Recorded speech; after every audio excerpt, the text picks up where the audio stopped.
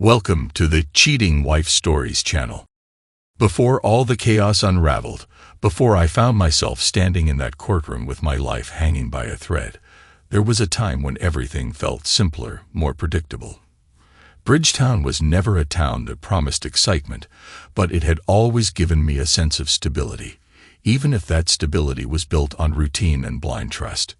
Back in high school, Kevin and I had a different kind of friendship, one forged in the reckless misadventures of youth. He wasn't the straight-laced preacher back then, just another kid who wanted to escape his father's impossible expectations. I still remember the night we broke into Mr. Westlake's scrapyard, determined to hotwire an old Pontiac just to see if we could.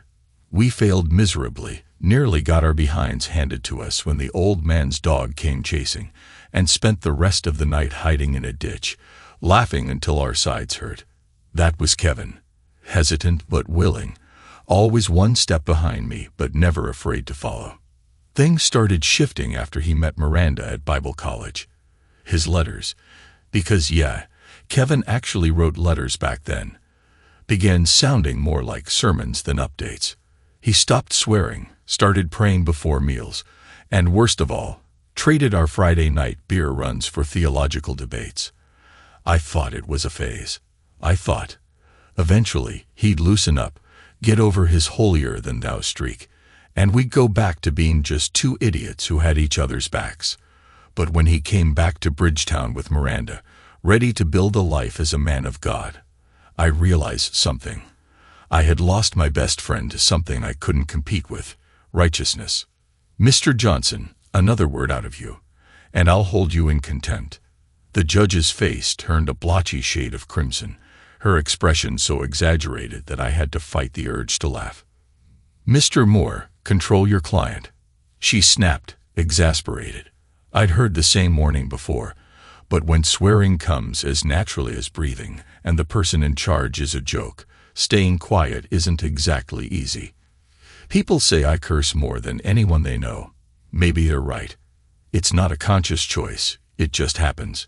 Before I could fire back, my attorney, Carl Moore, who, if everything went according to plan, would soon be my partner at his firm, gave me a look that needed no translation. Shut your mouth unless you want to spend the night in a holding cell. Even the court reporter was struggling to keep a straight face, probably expecting me to unload a barrage of expletives. Across the courtroom, three people sat stiffly, avoiding my gaze. Kevin, my ex-best friend, looked worn down. Rachel, my soon-to-be ex-wife, carried the weight of humiliation on her face, and Miranda, Kevin's wife, radiated pure fury, likely because every ugly detail of their mess was now public record. How did I end up here, being lectured by a judge I barely respected in a courtroom filled with people I used to trust? Let's rewind. My name's Alex Johnson. I'm 32, a foreman in the city maintenance department of Bridgetown, Idaho. I took the job 2 days after high school and never left. In the winter, I clear snow-covered roads. In the summer, I take care of whatever needs fixing. Rachel, when she isn't busy pretending to be the perfect churchgoer, works a few hours at the local chapel, mostly, I suspect, to justify not doing much at home. Our department is divided into 4 quadrants, each overseen by a supervisor and a foreman. I never aimed for a supervisor role, not my thing. I didn't have a college degree, and even if I did, I wouldn't kiss the necessary behinds to move up. That Monday night, a brutal summer storm tore through town, leaving a disaster. Fallen branches, scattered debris, flooded streets. I had 6 crews running dump trucks, 2 vac trucks unclogging storm drains, and 4 street sweepers on constant rotation. By the afternoon, I was inspecting back alleys, realizing mowing would have to wait. Rachel and I lived in a modest 4-bedroom house in an old but decent neighborhood, not exactly luxury, but nowhere near rough territory. We had great neighbors, Chris and Casey Garrett next door, Ron and Cindy behind us, and Kevin and Miranda Mills directly behind them. Kevin had been my best friend since middle school. We never even bothered with fences. That's how close we all were. Kevin and I had been inseparable as kids.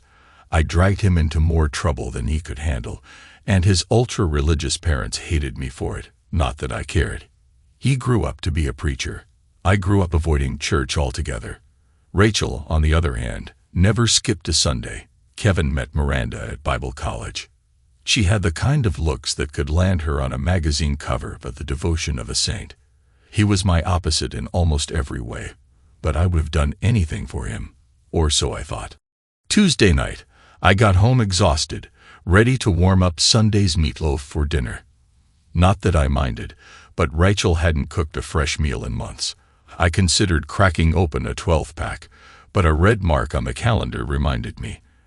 Emergency standby. 1 beer with dinner. That was the limit. Rachel showered while I ate, as distant as ever. Our marriage had become little more than forced small talk and the occasional lackluster Saturday night routine. Missionary only. I had checked out months ago. By 10, I was debating whether to crash early when my phone buzzed. Probably Kevin, ready to complain about the Cougars' latest game or ask for a favor at his church. It wasn't.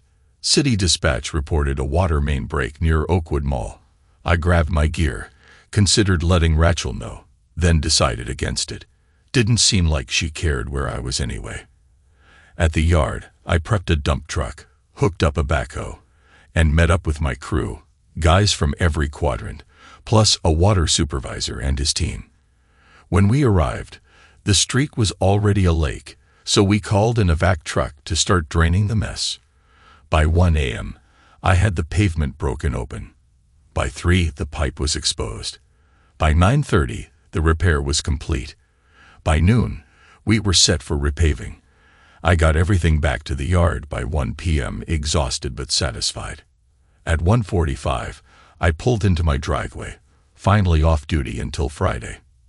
The house was quiet.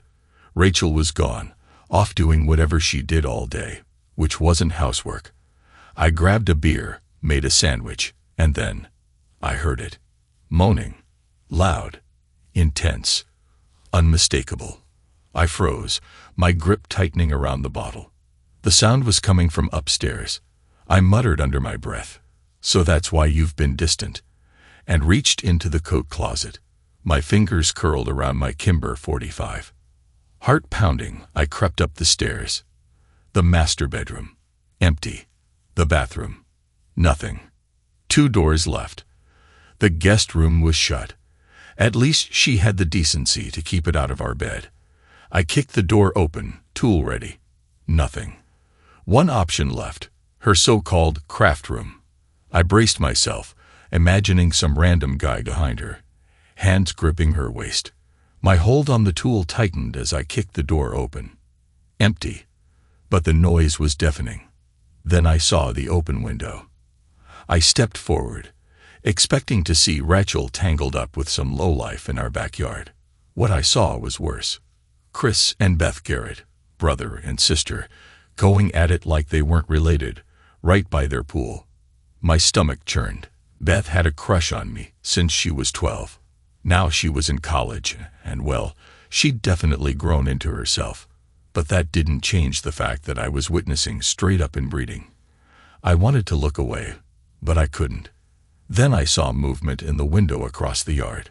I followed Beth's gaze. Kevin, undressed, on top of someone. Not Miranda. Rachel, my wife. The realization hit like a truck. Holy smokes! I roared. Everything stopped. Beth and Krish scrambled inside, still undressed, their shame barely registering. I turned back, my tools shaking in my grip. But Kevin's window was now empty. "You cheating liar." My voice cracked with rage as I stormed downstairs. In the den, I grabbed my Mossberg bullpup and loaded it with .00 buckshot. Kevin was a dead man. Rachel was done. Heck, even Miranda's cat and parakeet weren't safe. I stomped toward the door, ready to kick it in and turn them both into Swiss cheese. But halfway down the driveway, I stopped. Breathing hard, gripping the rifle, everything clicked. The messy house, the frozen dinners, the lack of affection, the constant long showers. It all made sense. I climbed into my truck, slammed the door shut, and tore out of the driveway, heading straight for Ryder's. My thoughts were running wild, each one more infuriating than the last. She didn't cook because Kevin had drained her. She didn't clean because she was too busy playing house with him. But the real question was why? Why betray me? Why throw everything away? At Ryder's, I grabbed 3 new lock sets, barely registering the familiar faces around me. Jeannie from the paint section waved, but I barely nodded in response. Small talk wasn't on my list of priorities. Back home, I spotted Chris and Beth loitering near my driveway, both looking like kids caught sneaking out past curfew. Beth attempted a weak smile. Mr. Johnson, we didn't mean to." I cut her off with a cold stare. "I don't care what you two do. Be with each other until you fall apart. It's got nothing to do with me." They scurried off, though Beth glanced at my waist before disappearing inside. I dropped the locks on the counter, grabbed my toolbox, and headed for the front door to start replacing them. But the moment I stepped into the kitchen, my whole body tensed. Kevin, sitting at my table. I stopped cold. "What the heck are you doing in my house?" His expression was calm, too calm. "I came to talk. As a friend." I laughed, sharp, bitter, humorless. "A friend? You mean the kind that's with my wife behind my back?" "Alex, let's not turn this into something worse." "Oh, you're absolutely right." I slid a butcher knife across the table toward him. "Pick it up." His face lost all color. "Go on, Kevin. You talk about faith all the time. How about you meet your maker?" His eyes darted between me and the knife before he shot out of his seat, making a beeline for the door. On the porch, he turned back. "We've been through a lot, man. Are you really throwing away our friendship over this?" I gritted my teeth, tightening my grip on the tool at my hip. I lost 2 people today, but the more I think about it, the less it feels like a loss. He hesitated, shifting uncomfortably. "Rachel's scared to come over. She's got 5 minutes. If she wants any shot at saving what's left of this marriage, she better get here." Kevin nodded once before scurrying off, and like clockwork, 4 minutes later, I heard soft sniffling outside. Rachel walked up the sidewalk, eyes red, face streaked with tears. She reached for my arm, but I stepped back. "Don't touch me." Her bottom lip trembled. "Alex, I love you. I don't want anyone but you." I let out a humorless chuckle. Funny way of showing it. "Let's take this inside. No need to put on a public performance." She followed me in and perched on the loveseat, hands clasped like she was praying for a miracle. "Can you sit with me?" Not a chance. I wasn't in the mood for a dramatic pause, so I cut straight to it. "How long has this been going on?" She hesitated. "Alex, he's my friend. Friends don't sleep with each other's spouses. It's just intimacy," she whispered. "I still love you." I scoffed. "Yeah? And I love steak. But if it makes me sick, I sure as heck won't eat it again." "There's no reason to be mad," she pleaded. "You still have me." "No," I said flatly. "I had you. You threw that away." Her voice wavered. "We can still be together. I'll just..." She hesitated, glancing at the clock. "Keep being with Kevin." I blinked. "Come again. He says I can still take care of your needs once or twice a week." I stared at her, struggling to believe what I'd just heard. Then I let out a dry chuckle. "Well, aren't you too generous? But I think I'll find someone else to handle my needs." Her eyes darkened. "No, you're mine. No one else should touch you." I shook my head, my patience snapping. "Not for long. Ex-wife suits you better." "Don't talk like that," she begged. "I love you and Kevin, but only physically. You just need to understand." "Oh, I understand perfectly," I hissed. "You want the best of both worlds. You want me for security and him for fun." "It's not like that," she protested. "Then explain it to me." She checked the clock again. "Kevin wants me back in 3 minutes." My jaw clenched. "Are you hearing yourself? Do you even realize how insane you sound?" Tears welled in her eyes. "You've never talked to me like this before. What happened to you?" "Oh, I don't know. Maybe the fact that I worked a 36-hour shift, came home exhausted, and found my wife being intimate with my best friend." She let out a choked sob, backing toward the door. "That's it," I said, my voice flat. "Go to him. Go get what you really want." She hesitated. "I don't see why we can't keep things as they are. You're barely home. I can be his while you're at work, and 4 or 5 nights." I slammed the door so hard the walls shook. "Forget you, Rachel. Go enjoy your darn cake." I stood there for a long moment, breathing heavily, heart pounding. But I wasn't about to sit around drowning in self-pity. I changed every lock, reset the garage code, and by 4 p.m., exhaustion finally caught up with me. I collapsed onto the couch, flipping on the TV. Terry Branson was on. Figures. I let out a dry chuckle before sleep overtook me. When I woke up, it was past 9 p.m., and someone was knocking. I opened the door. "Kevin." I exhaled sharply. "What the heck do you want now?" "I need a favor," he said. I crossed my arms. "Well, if this doesn't beat all. I don't even have a new partner yet for you to mess with, buddy. Try someone else." "It's Rachel," he muttered. "She's over there crying.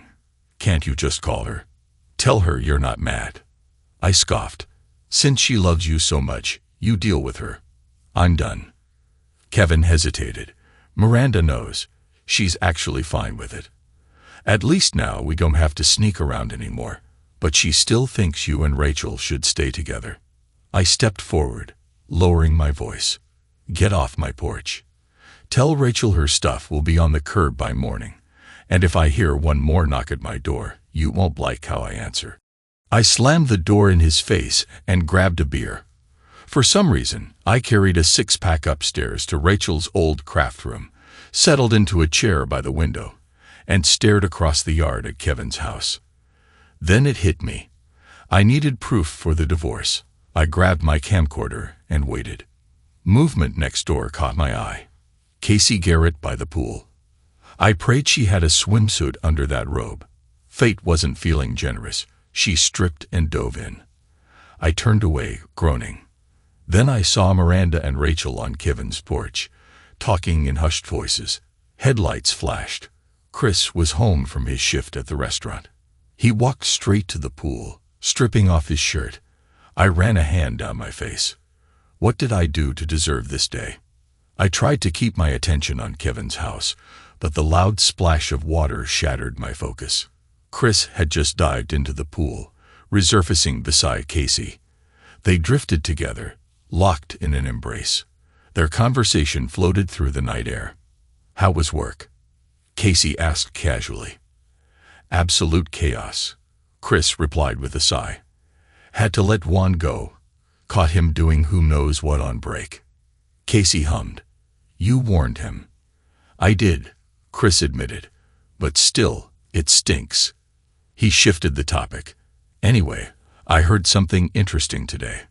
"Oh." Casey's curiosity piqued. "Spill." "Alex kicked Rachel out," Chris revealed. "What?" Casey's voice sharpened with genuine surprise. "Yeah," Chris continued.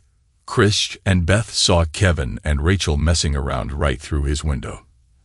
Alex must have walked in on them, lost his mind, stormed off, came back with a bag from Ryder's, and changed the locks. When Rachel got home, he slammed the door in her face and called her some harsh name." Casey exhaled sharply. "Unreal. I should check on Alex." Chris's voice lowered. "Honestly, I'd keep my distance from Kevin if I were you. Something about the way he looks at you and Rachel has always rubbed me the wrong way." A chill ran down my spine. "Sick creep." "Beth is bringing Alex a cake tomorrow," Chris continued. "She likes the guy. Says he's rough around the edges but solid." "I actually saw him working near the mall this morning," Casey said. "Hard hat and all." "Yep," Chris chuckled. "You and your thing for construction workers." Maybe I should get Alex to model for me, Casey teased. I shuddered. For years, I'd wondered if Chris and Casey were a couple. Now, I wasn't sure I wanted the answer. You're terrible, Casey laughed. I just don't get why Rachel chose Kevin over Alex. Casey smirked. Careful, you're starting to sound jealous. Chris's voice softened. You know you're my one and only. That was my cue to check out before things got any weirder. Sleep wasn't likely, but at least I could avoid the mental image of Chris and Casey getting cozy. I switched on the radio. Late-night grindcore. Savage Legion came on. Make them suffer. My fists clenched. Make them suffer. I whispered it first, then said it louder. I will, Legion. I will. The next morning, a loud pounding at the door yanked me out of sleep. I yanked it open, ready to unleash fury on Rachel, but instead I found myself staring at Miranda Mills. I sighed. Oh, it's you. If you're here for Rachel's stuff, it's not packed yet. Her expression was tight. Alex, let her come back. I laughed. A sharp, bitter sound. And here I thought you were about to ask for something reasonable. I moved to shut the door, but she wedged her hand in. Alex, why are you doing this? She's hurting. I crossed my arms. She made her choice. I'm stepping aside. She can't stay with us, Miranda argued. We have an image to uphold. I scoffed. Maybe you should have thought about that before dragging her into whatever twisted little arrangement you and Kevin have going on. Miranda's eyes narrowed. Why can't she just stay here? I let out an incredulous laugh. Are you serious? She chose Kevin over me. And the best part, you don't even care. She still loves you, Miranda pressed. We all love you, Alex. My jaw tightened. Kevin is dead to me. So is she. You don't mean that. I smirked. Oh, but I do. Miranda inhaled sharply. She's still willing to take care of you, you know. I clapped my hands together mockingly. Oh, so let me get this straight. I pay all the bills. She keeps being with you too. And in return, I get a half-hearted favor once a week. Meanwhile, Kevin gets his little harem, and I foot the bill. I stepped closer, voice dripping with sarcasm. Or do I at least get some quality time with you? She sneered. Sorry, Alex, I'm a one-man woman. I chuckled dryly. Man, I'd love to meet one of those. Guess I'll have to go find her myself. I pointed to the curb. Tell Rachel her junk will be out there in an hour. Miranda's expression darkened. Stop acting like a caveman. Kevin and I have reputations to protect. I smirked. Sounds like your problem. I slammed the door and headed to the kitchen. Bacon sounded good. They actually thought I'd just roll over and accept this. Not happening. Make them suffer kept echoing in my mind.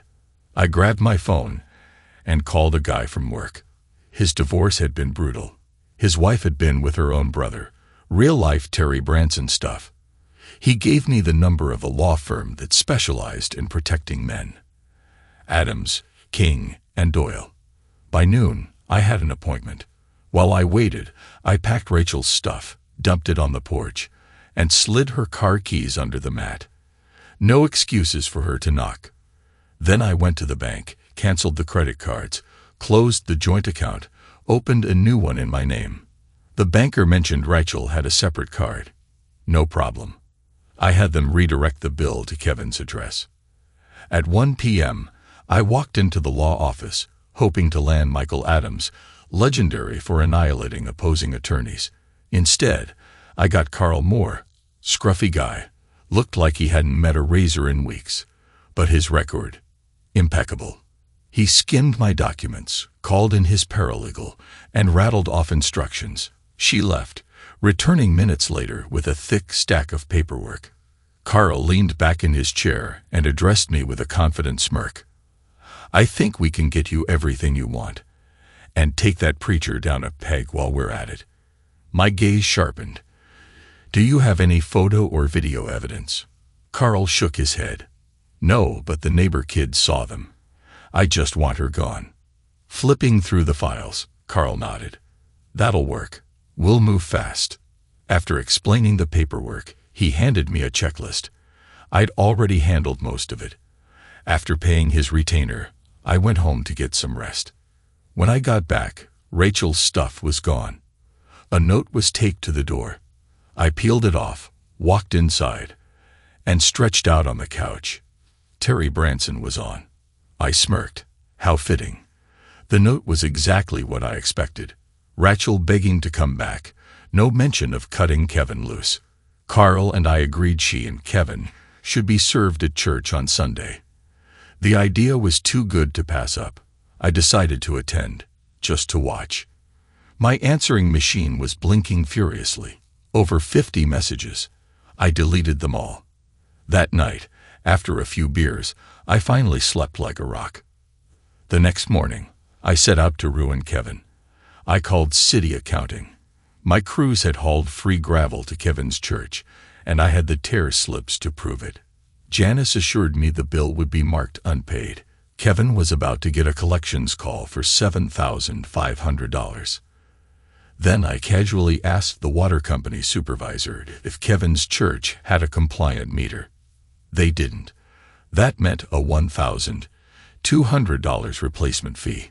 Kevin had no idea how much I'd shielded him from before. That was about to change. Make them suffer. I was going to bankrupt the creep. By noon, I got the call I'd been waiting for.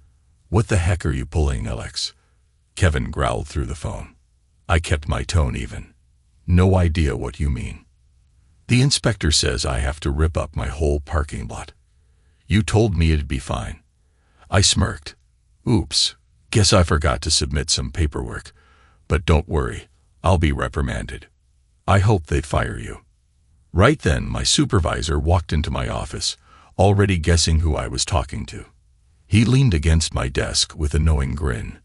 "Alex, about that missing paperwork, remind me to put a scathing post-it in your file," he said. I chuckled. "I'll need a post-it to remind me.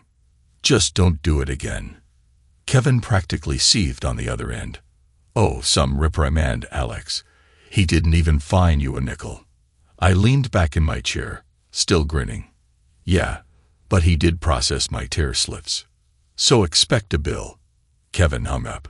The rest of my day was normal until I hit Sam's bar for a few beers. Sam's bar was a hotspot for city workers and cops, and by 11, half the bar had heard my story, either from me or from someone else.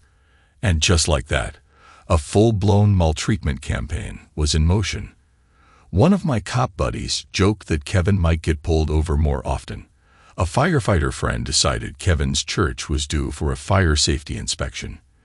"These churches always have code violations," he said. "We usually go easy, but Tony will want to protect the congregation." Sheila Torres from the county clerk's office smirked. "Wouldn't be surprised if an error pops up in Kevin's property tax records. Maybe a past due amount. Make them suffer." By Saturday morning, I was in my garage trying to work. My backyard was no escape. Between the half-dressed mutants next door and the swapping degenerates behind them, it was anything but peaceful. I was restoring a cabinet when I felt someone watching me. I knew exactly who it was. Rachel. I turned, ready to tell her to get lost, but locked eyes with Beth instead. "Hi, Mr. Johnson," she said, her voice too sweet. "What do you need, Beth?" She handed me a USB stick, her fingers lingering longer than necessary. I forced my gaze off her barely covered body and back to her face. "I recorded something last week. Thought it might help your case. I'll check it out."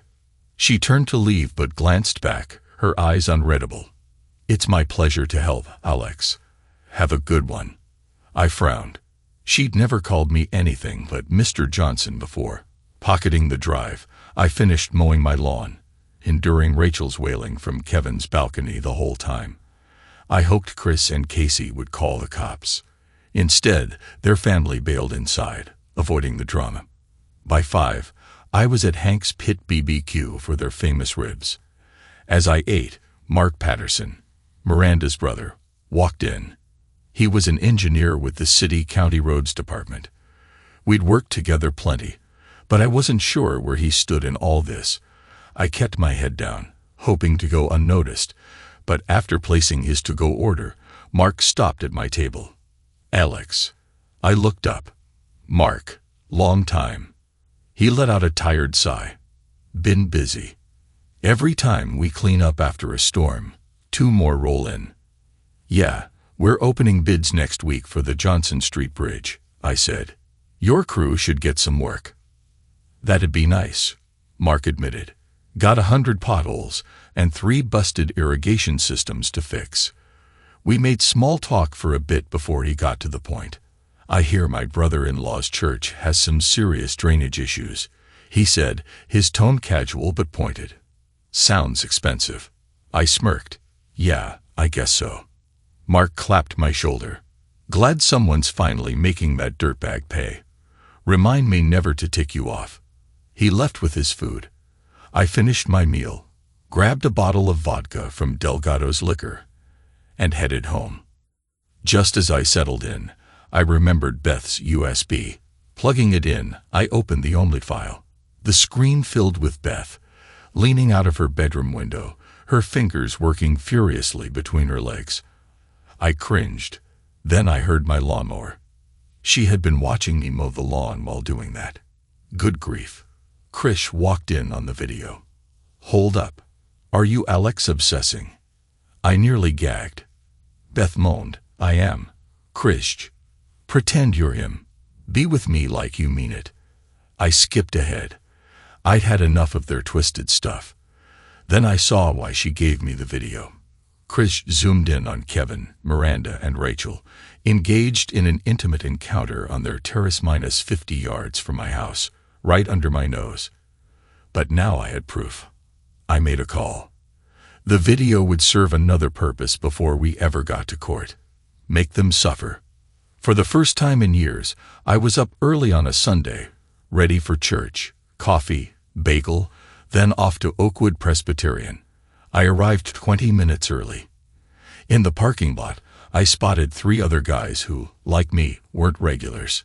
Inside, I slid into the 3rd pew, just another face in the crowd. I caught the eye of Robert Donovan, the church's AV guy. He worked on my park crew and owed me a favor. I checked the bulletin. The perfect moment would be right after the offering. The choir entered. Miranda and Rachel walked in together, clueless. Kevin followed, rambling about forgiveness. I nearly laughed. He knew I was here. Funny he skipped the 7th commandment. We sang a few songs, then the offering plates went around, eventually landing in Robert's hands. He'd count the cash while Kevin preached, ensuring Ann, the secretary, could deposit it later. Then came the moment I'd been waiting for. Kevin stood at the pulpit, welcoming new guests, as was tradition. He invited visitors to introduce themselves. My 3 guys rose and walked forward. A kid next to me nudged my arm. "Your new tube, mister." His mom smacked him on the back of the head. I chuckled. Kevin smiled and shook hands with my guys. A young brunette spoke first. "I'm here to see Miranda Mills." Miranda frowned, stepping forward. The next guy, a pimply-faced redhead, took the mic. "I'm here to see Rachel Johnson." Rachel hesitated, then joined Miranda. Then Neil, the boss's son, took the mic. "Kevin Mills, Miranda Mills, and Rachel Johnson, you've been served." They shoved legal papers into the cheater's hands.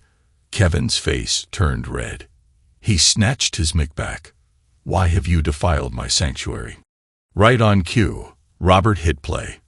The church projector lit up, showing Kevin, Miranda, and Rachel undressed on their terrace. Gasps erupted. At least 5 older ladies fumbled for their phones. The cops would be here soon. Then, out of nowhere, an old lady hobbled forward and racked Kevin where it hurt with her cane. Pure chaos. Rachel shrieked.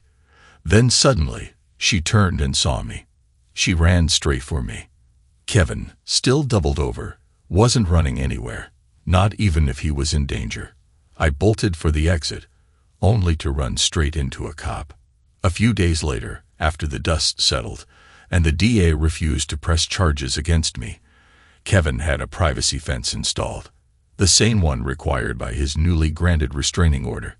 I wasn't allowed within 100 feet of his church unless it was city business, but the order also prevented him from harassing me.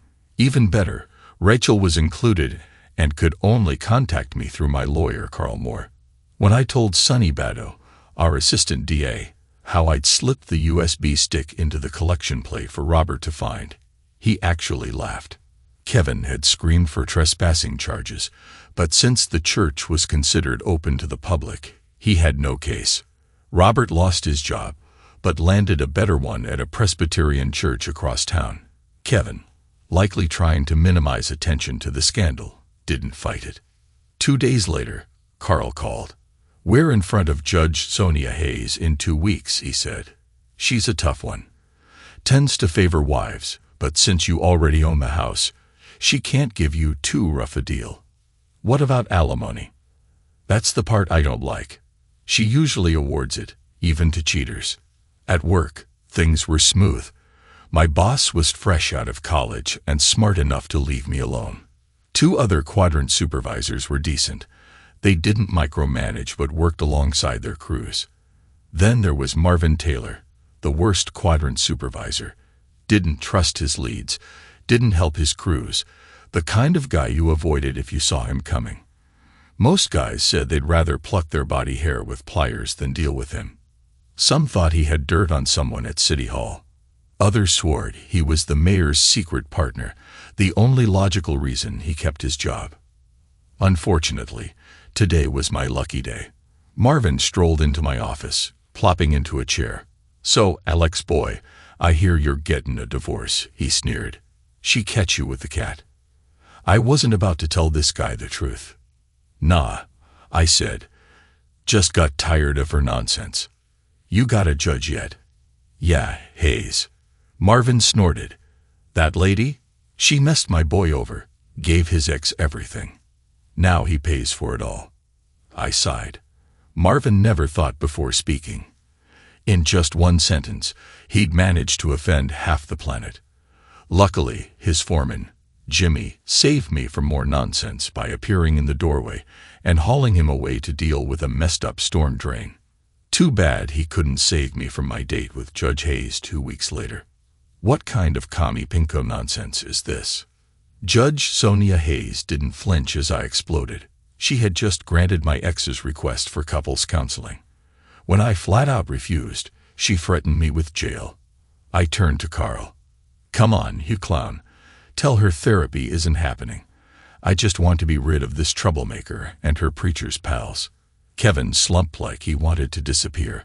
Miranda glared daggers. Rachel just stared. Carl had subpoenaed Kevin and Miranda as witnesses.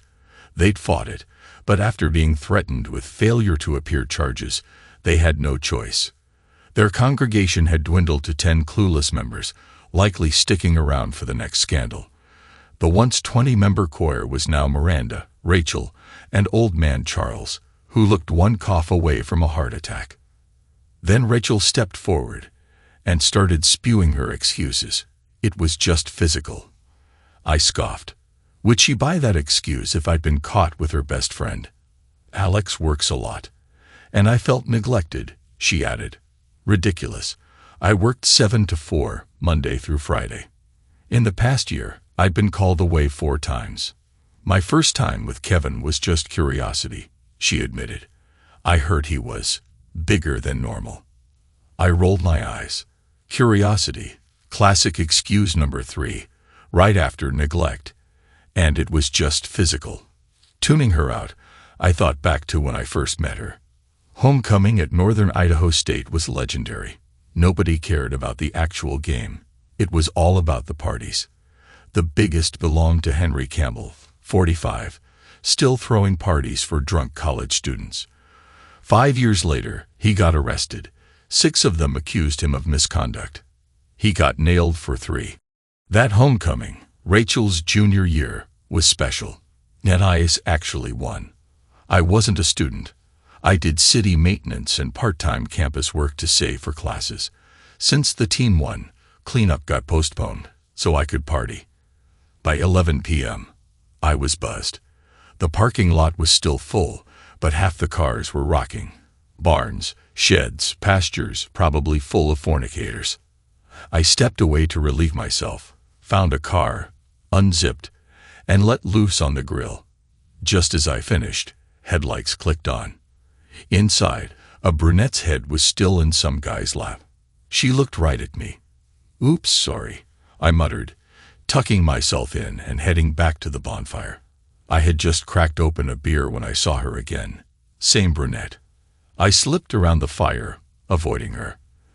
The last thing I needed was to be called out as the guy who peed on her friend's car. Unfortunately, some frat boys recognized me. "Alex, my man," they hollered, bro-hugging me. Funny thing, I only knew one of them. As they patted me on the back, I felt a hand brush my hip, the brunette. She walked away without a word.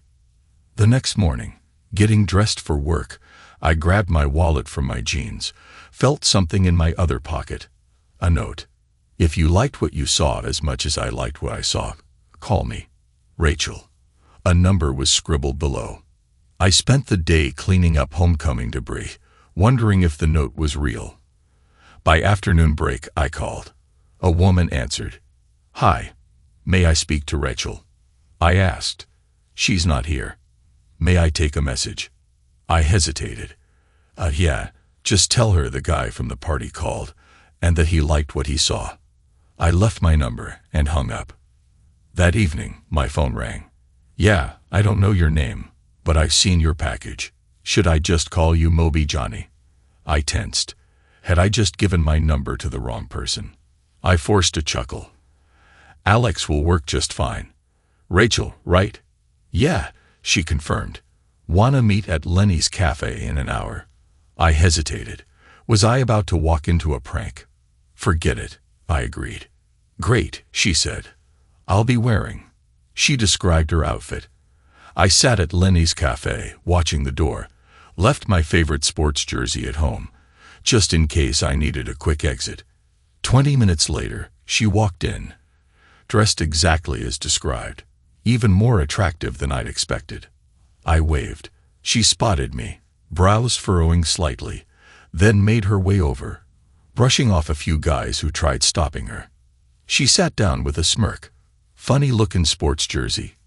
I shrugged. Didn't want to risk a prank. Her grin widened. "Afraid I'd catfish you?" "More like I wanted a quick escape if you weren't as advertised." She laughed. "Fair enough."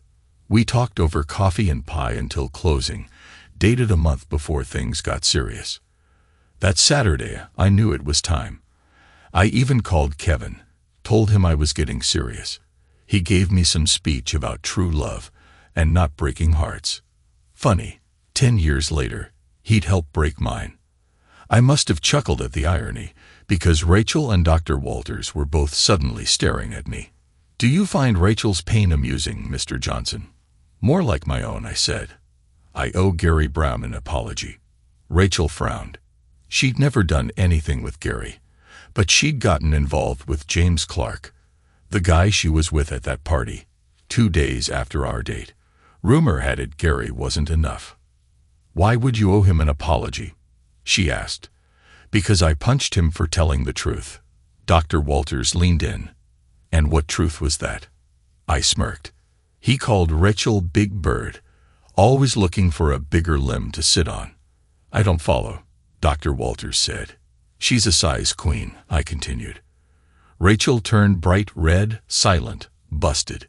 She dumped Gary for being small. Then she took one look at me and dumped James. Now she's with Kevin, because he's even bigger. It's all just filthy. If you say it's just physical, I'll leave now, do my jail time for contempt, then move overseas, where adulterous people get treated more harshly. They both looked stunned. Dr. Walters collected herself. "Now, Rachel, we must realize that Neanderthal thinking doesn't comprehend multiple partners in a happy marriage." I narrowed my eyes. "What the heck are you yammering about?" "A lot of happily married couples enjoy multiple partners," she said. "Some men, knowing they aren't enough, derive pleasure from sharing their wife with a so-called superior specimen." My brain short-circuited. There aren't enough pills in the world to make me enjoy that kind of nonsense, I said. I don't care what those folks get off on. No way in heck am I watching my wife with someone else. And I'd never be okay with cleaning up afterward. Now, Alex, Dr. Walters said calmly, don't you think you owe it to your marriage to be open-minded? No one's saying you have to watch, Rachel chimed in. Although you could, if you wanted. Yeah, Alex, she purred. It'd be so hot. And I could even take care of you after. I glared. Forget you, troublemaker. You think I want Kevin's leftovers.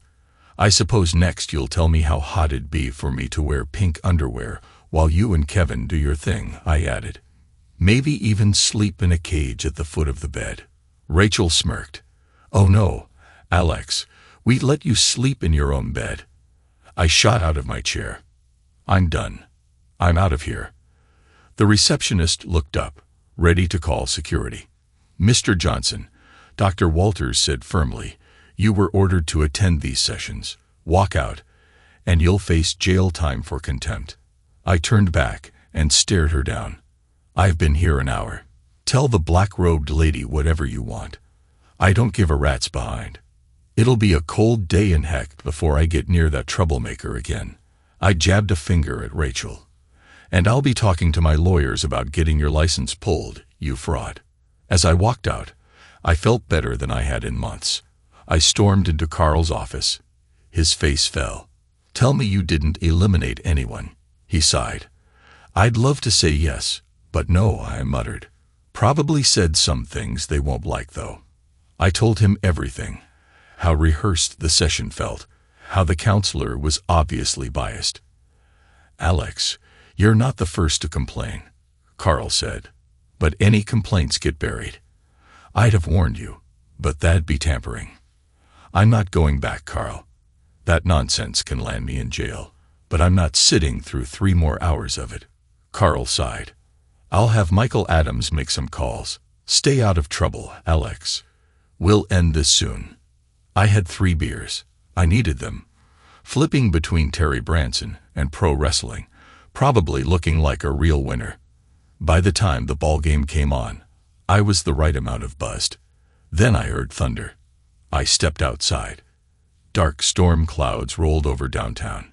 The air had a chill. A bad one. One of those nasty summer hailstorms was coming. Sure enough, the phone rang about flooding. My crew and I spent the night hauling sand and clearing debris. By 4 a.m., the river was threatening the dikes and Lime Road Bridge. The Army Corps of Engineers insisted the dike was fine. The county said the bridge was stable. While they talked, we got to work. By 9 on Friday morning, I finally pulled into my driveway. No chance of catching my spouse with Kevin this time, mostly because I didn't have a spouse anymore, and I no longer gave a darn who she was with. Running on a mix of coffee and energy drinks, I figured a shot of Jägermeister would knock me out. I downed the bottle and crashed on the couch. I woke up to knocking. It was 11 p.m. I looked outside. Beth Garrett. What the heck did she want? I opened the door. Sorry to bother you, Alex, she said, shifting her weight. But there's something I think you need to see. It might help with your divorce. I hesitated. What could she possibly show me? Then, for the first time, I noticed her eyes, striking gray. She said something I didn't catch and walked toward her car. Even on autopilot, I understood I was supposed to follow her. She got in. I slid into the passenger seat. We drove in silence. I caught myself staring at her long, toned legs. She noticed. Her smirk widened. Beth pulled into an abandoned power plant parking lot. The city had bought these buildings years ago. Developers tried bidding for them, but the city board always voted the deals down. Nobody knew why. Meanwhile, the city had spent a fortune on security. 2 years ago, they even built a 10-foot chain-link fence around the area. We parked, and something felt off. Too many cars. Beth, why are we here? If we get caught, this is serious trouble. Just trust me, she said, stepping out. This is going to help you. I had no idea how trespassing would help my divorce, but I followed her. She led me to a cut section in the fence, then toward a basement window of the old King James Hotel. A sliver of light shone from inside. That wasn't possible. Power had been shut off years ago. I crouched, peered in, and gasped. Beth handed me a camcorder. On the drive home, she explained how she and Chris had been spying on Kevin and Rachel. One night, they overheard them talking about this place, so they followed them. I nodded. So choir practice is a cover. She looked embarrassed. Don't worry. You and Chris aren't part of it. Silence stretched between us before she suddenly blurted, You know, the only reason Chris and I do what we do is because no one else wants us. I hadn't brought up their situation. Oh, that's not true, I lied. Maybe some guys would use me, she muttered, but no one wants to be seen with me. I hear the jokes. Alex. Butterface. You know, but her body, but her face. I said nothing. They called me a three-bagger, one on my head, one on his, in case mine falls off, and a third at the door, in case someone walks in. I felt awful. I'm good enough for intimacy in the dark, but not to be dated. Beth, come on, I said, forcing conviction into my voice. If I were your age, I'd be all over you. Total lie, but she'd just handed me gold, and she was on the verge of tears. You've helped me out big time, I continued. Let me take you to dinner tomorrow. Get dolled up. I'll pick you up at 7. She hesitated. I'm going to Denver tomorrow. I won't be back until Sunday. No problem. Rain check. A small smile. Deal. I got out and went inside. I had Kevin and Rachel exactly where I wanted them. The next morning, I made a few calls. By Thursday, everything was in motion. I called Carl first. This could be considered extortion, he sighed, but I do think it'll work. No wonder those folks get away with everything. Next, I called Robert Stark. We'd been buddies in high school. Now he was an investigative reporter. I handed him the video and details. I've heard rumors about this, he admitted. They also meet on Wednesdays. So what's the plan? He grinned. I stake out the hotel and bust them live on TV. Perfect. On Monday morning, I walked into the city maintenance director's office. I had a proposal, one that would solve a storage problem, and cut off access to the King James Hotel. He liked it. Since the city owned the land, all we had to do was rezone. No budget request needed, no city board interference. As I was leaving, he stopped me. Alex, I'm recommending you for a promotion. You just saved us $500,000. By Wednesday, approvals were in place. I was put in charge, a 10-person crew, 3 weeks to get it done. Thursday morning, we started moving fencing material to the old power plant. At noon, I left. I had counseling with Dr. Walters at 1. I walked in early. The receptionist glared before buzzing me through. Dr. Walters sat behind her desk, smug as ever. Mr. Johnson, I'm surprised to see you here, early even. One-on-one is new for you. She blinked. Excuse me. I crossed my arms. I'm done with this sham. Not coming back. Not paying for it. She smirked. Judge Hayes ordered these sessions. If you refuse, forget you. Choke on the biggest piece. Her eyes narrowed. You're going to call Judge Hayes and tell her the gig is up. I know about your little spouse swappers club at the King James. Her face drained of color. I'm sure legal and ethics boards will love hearing how a family court judge and a marriage counselor run a hush-hush club, especially when all the cheating wives seem to win in Hayes's court while their non-member husbands get ruined.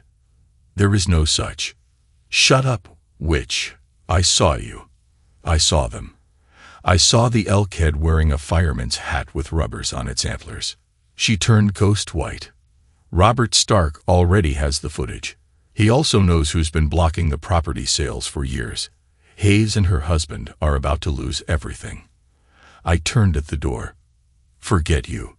And I walked out. Meanwhile, Rachel stood outside Dr. Walters' office. Rattled. She dressed carefully, Shorter skirt, no stockings, hair styled how I used to like it. Same perfume she wore on our last anniversary. But I was nowhere to be found. 10 minutes passed. Dr. Walters abruptly canceled the session. Rachel left, disappointed. With unexpected free time, she drove to the church, where Kevin told her, "Club's off tonight. Alex knows everything." Their so-called private gathering was finished. That evening, her lawyer called. "The hearing's been moved up. It's happening tomorrow." Kevin's mood lifted. Maybe someone had pressured me into backing down. That night, they indulged in more of their twisted arrangement. But at 10 the next morning, in Judge Hayes' courtroom, I still didn't show up. My lawyer did, though, along with a second attorney. They conferred with Hayes for 20 minutes before the gavel struck. In 90 days, Judge Hayes announced, the marriage of Alex and Rachel Johnson will be officially dissolved. Rachel Johnson will receive no spousal support. Mr. Johnson will transfer 25% of his retirement funds and 40% of their liquid assets to her. Rachel fainted. Within 3 weeks, everything else crumbled. The Spouse Swappers Club was exposed in the media. Judge Hayes was removed from the bench, and her husband was charged with trafficking pills. Justin Cooper was disbarred. Turned out he'd been secretly involved with male clients and deliberately botching cases for Hayes. Dr. Walters was ordered to refund her patients. A few days later, she was found dead in her bathtub, wrist slit. Her husband was slumped over the toilet with a bullet wound to the head. Kevin lost his position in the ministry. His severance barely covered the cost of relocating. Miranda, sick of his insatiable drive, divorced him after catching him spying on neighbors.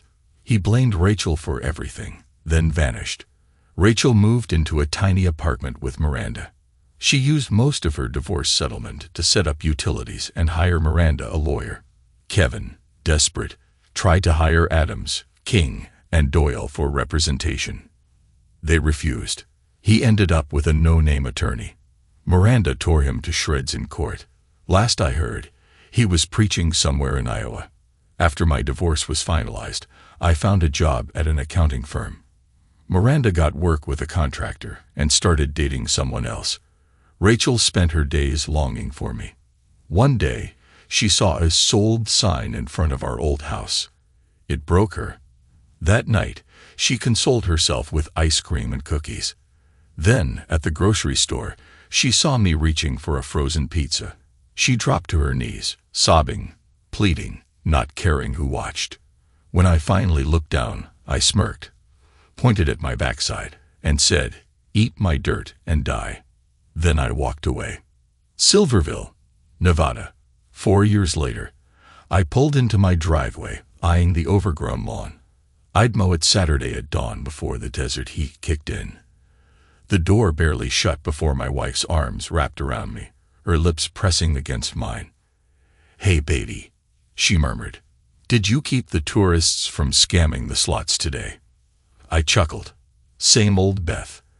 And next month, when you graduate, you'll be slaving for the man too, at least until you tell me you're pregnant." She smirked. "Studying tonight." "Yeah, but I gotta watch Samantha around you. She can't stop staring at your butt." I laughed. "Had a neighbor like that once, always watching me mow the lawn." Beth smirked. "Especially Rachel. Her loss. My gain." "Darn right." I grabbed my keys. "I'll grab a few pizzas. You college girls eat like linebackers." She kissed me again as I headed out. Beth and I had been married 3 years.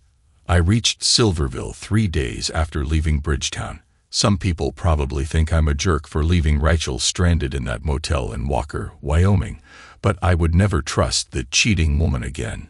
She was barely asleep when I slipped out, paid for 3 nights, and disappeared. Made it to Utah before sunrise. 2 days later, I rolled into the city. Within a week, I had a job and an apartment, sold my house, and cashed my retirement. Bought a new place. 2 weeks later, Beth arrived. She had already enrolled at NSU. While waiting for my house to sell, I spent a lot of time with her. At first, she'd stop by, bring food, watch movies, go out on weekends.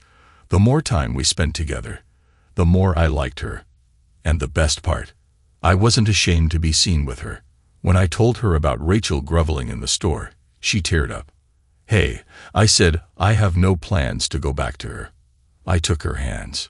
"Beth, I'm falling for you, if you can stand being with an older guy like me." Before I finished, she jumped on me. That night, after 3 rounds, first fevered and intense, next 2 slow and tender, I laid out my plan. I expected Chris and Casey to flip. Instead, Chris nodded. "Alex, you've always been rough around the edges, but I can't imagine our daughter in better hands." I froze. Casey grinned. Beth had been their daughter all along. A year after we moved to Silverville, she learned new makeup techniques, changed her hair. She'd always been pretty, but now she glowed. We married after her freshman year. I told her, "If you ever meet a guy your age, I'll understand." She ignored me for a week. "You foolish man," she finally said. "I've only had eyes for you." She grabbed my face. "I watched the wrong woman throw you away. I'll be darned if I let you go." I still keep in touch with people back home. Miranda married a tile guy and moved to California. Rachel crawled back to Bridgetown 2 years after I left her in Wyoming, married a rancher. A year later, he caught her with 3 of his ranch hands and booted her. Figures. The pimply-faced kid behind the counter handed me my pizzas.